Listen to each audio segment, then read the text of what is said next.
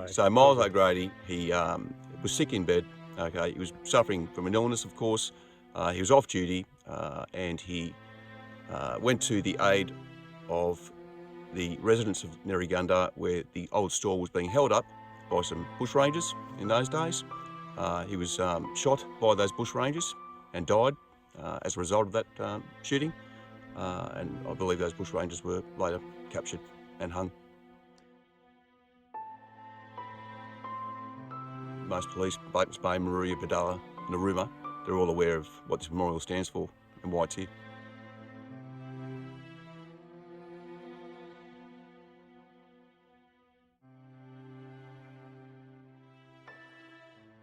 All right, so the history of the monument, as I know it, in my time in the South Coast PD, all right, back in 2016 for the 150 memorial of the death of Miles O'Grady, I know the council, Eurobodalla Shire Council, repaired the memorial somewhat as there was a state of disrepair.